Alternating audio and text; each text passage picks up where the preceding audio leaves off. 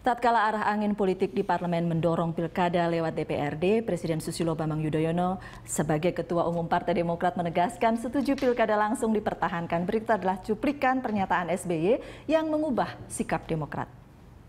Partai Demokrat, saya pribadi melihat ada dua aspek penting yang mesti kita lihat secara jernih.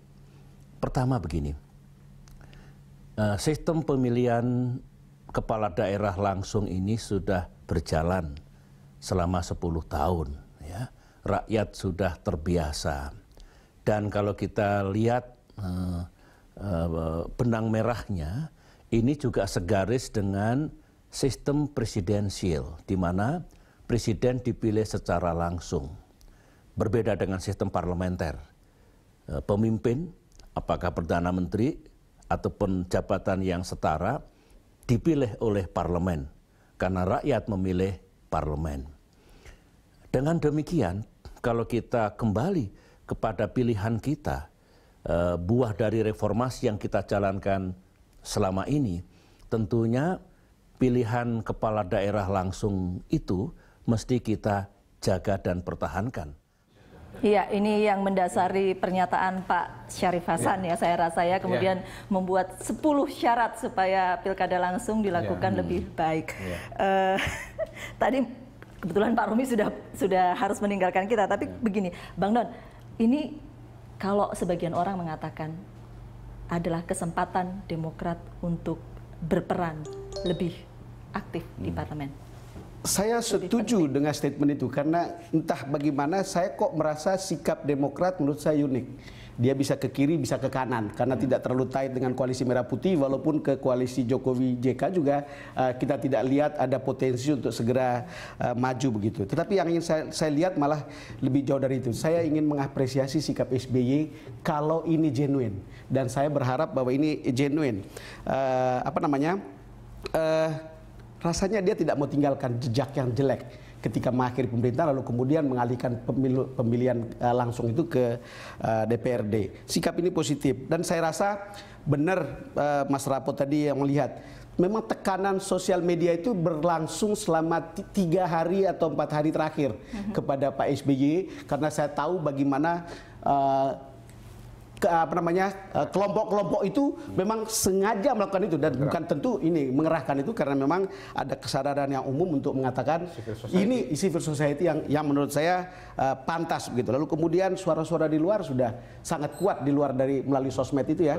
Apalagi yang harus apalagi yang harus dikalkulasi untuk mengatakan tidak setuju begitu, dan mungkin masih terlalu jauh untuk mengatakan bahwa ini adalah cara atau sikap untuk mendekati koalisi Jokowi JK. Saya tidak berani untuk mengatakan begitu. Tetapi sikap Pak SBY yang kemudian turun ke Demokrat menurut saya sikap yang bagus saat ini. Mendekati koalisi Jokowi JK atau bermain sendiri menjadi kekuatan penentu di parlemen?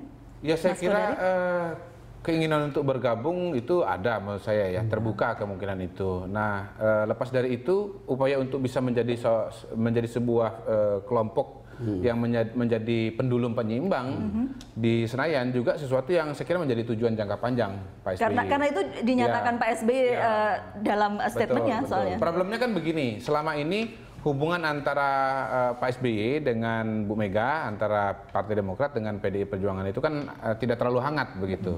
Bahkan boleh dibilang dingin. Menurut saya Pak SBY mencoba mencari pintu, mencari jalan untuk keuntungan Demokrat ya? Untuk mencairkan hubungan. Kalau saya melihatnya secara personal, mencairkan hubungan dengan Ibu Mega. Ya. Dan saya juga berpendapat bahwa memang dengan situasi dan kondisi sekarang, Pak SBY juga sudah mau menyelesaikan masa jabatan. Tepat kiranya bagi semua kekuatan politik, terutama Ibu Mega, untuk ya istilahnya rekonsiliasi, menyelesaikan semua persoalan yang katakanlah 10 tahun yang lalu. 10 tahun yang lalu loh. Ya sudahlah kira-kira begitu. Sudahlah sudahlah. Buat Demokrat memang peran yang mau diambil seperti apa sesungguhnya? Suara Demokrat itu pasti cerminan bagaimana suara rakyat ya. Suara rakyat yang masuk kepada Demokrat, SBY, saya yakin itu, masuk kepada Demokrat dari civil society, macam-macam hal.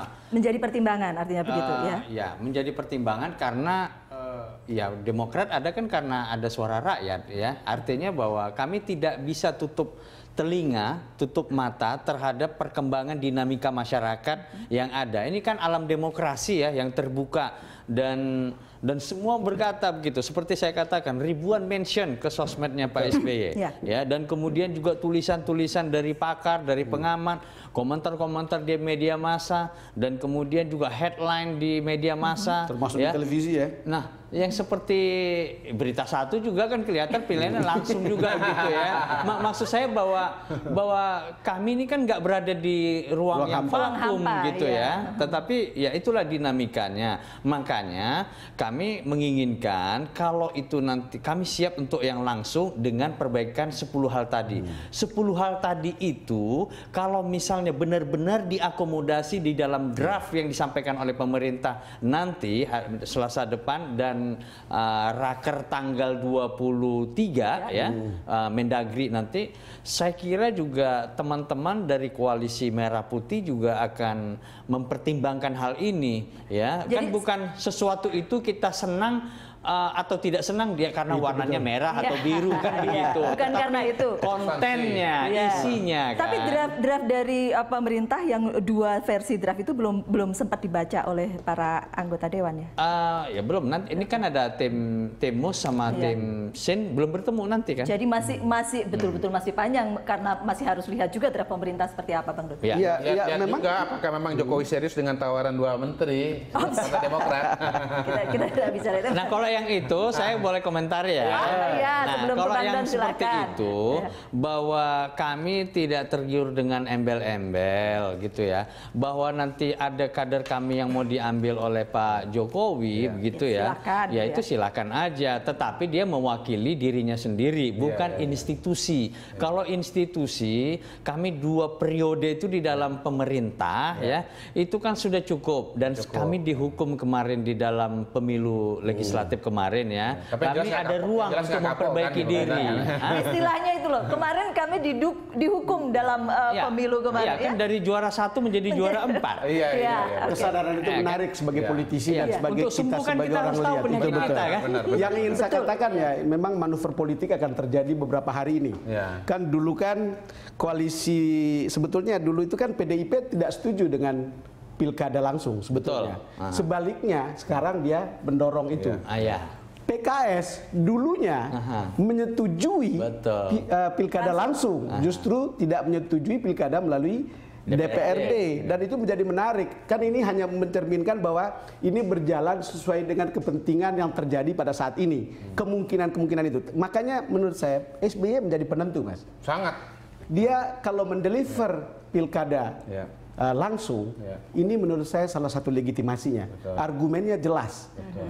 Ini sudah terbiasa. Hasilnya juga akan lebih baik. Bahwa ini hasilnya masih jelek-jelek begini, ya namanya juga sedang belajar. Lalu kemudian ketika Demokrat mengatakan ada 10 hal yang harus diperbaiki, menurut saya itu bagian dari fatsun politik yang normal, dan itu menurut saya itu akan jadi positif begitu. Ya, Kak, dan kami juga Demokrat kan harus mendengarkan suara rakyat. Kami tidak mau dihukum lebih parah lagi. Itu dia yang tadi penting. Mas Kodari, ini pelajarannya tidak mau dihukum lebih parah lagi. Nah, sebelum Mas Kodari, itulah sebabnya saya tadi tanya sama Mas Romi, apa tidak akan ada dampak politik yang besar terhadap partai kalau you melakukan mengegolkan gagasan untuk pilkada tidak langsung. Kan bisa dihukum juga sama rakyat tuh. Tapi Romi kan bilang tanggal 25 itu kan finalnya nanti. Kalau sebelum itu kan masih penyisian-penyisian.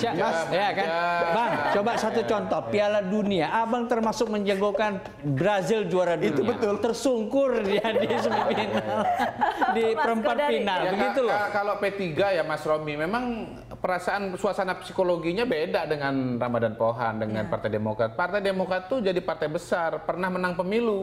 Begitu turun terasa banget. P3 itu ya yang 3 pemilu segitu-gitu aja gitu loh. Jadi nggak terlalu agak imun dia dengan opini publik, dan menurut saya Ya kenapa kemudian tidak mengalami peningkatan suara? Karena tidak bisa mendengarkan dan melihat apa aspirasi dari masyarakat. Nggak fair juga ya, orangnya nggak ada ya. Dan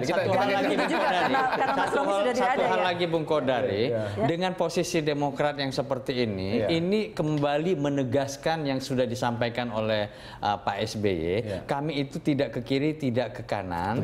Ya, kami itu adalah tergantung isu kebijakan ataupun undang-undang, rancangan undang-undang itu seberapa besar suara rakyat di sana akan masuk, disitulah kami berada. Tidak ke kiri, tidak ke kanan, tapi kiri oke, kanan oke gitu. Enggak gitu ya.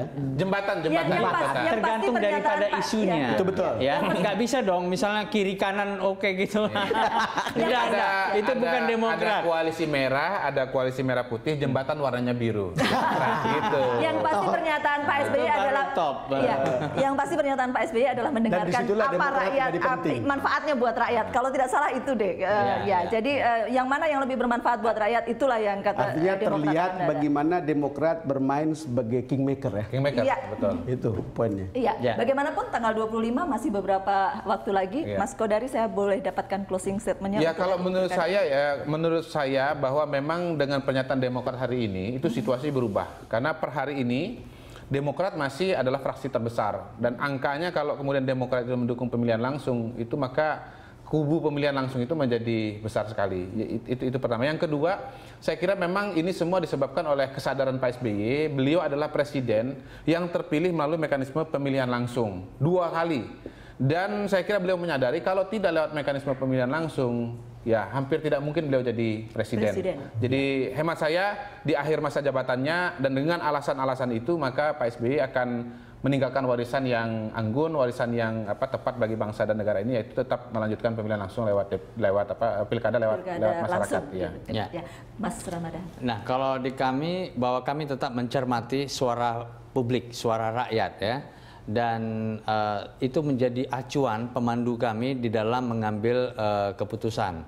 Nah, keputusan yang hari ini diambil kita dengan pemilihan langsung ya, tetap dengan langsung dengan perbaikan, itu saya kira adalah langkah yang sudah memang sudah kita pikirkan matang-matang. Dan di dalam pelbagai rapat ya, sebelum hari ini kan didahului lagi rapat-rapat dan di internal partai ya. Nah, jadi internal. Nah, yang berikutnya tentu kami juga kan ingin menghimbau kepada rekan-rekan ya, yang apakah di koalisi merah ataupun merah putih gitu ya, untuk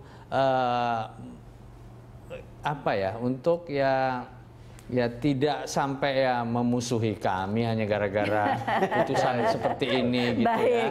Tetapi inilah untuk dimaklumi, inilah posisi yang harus kami ambil. Semua orang harus saling menghormati sikap masing-masing, begitu ya? Nah, begitu juga nanti kalau yang menang nanti adalah melalui DPRD, ya kita juga meminta semua pihak untuk legowo, biar demokrasi itu jadi hidup gitu. Jadi. Bang Don. Saya masih kembali ke minggu lalu ketika kita berdiri di sini, Saya berpikir fraksi-fraksi di sana, Mas Rapo, dengarlah suara yang ada di luar sana. Menurut saya akan susah dibendung, dan kalau Anda tidak mendengar atau teman-teman tidak mendengar, rasanya akan akan ada hukuman baru dari publik terhadap orang yang menolak pilkada langsung. Karena orang ingin naik kelas dengan demokrasi kita sekarang ini. Bapak-bapak sekali lagi terima kasih sudah hadir di The Headlines, dan pemirsa itu The Headlines kali ini. Terima kasih, sampai jumpa.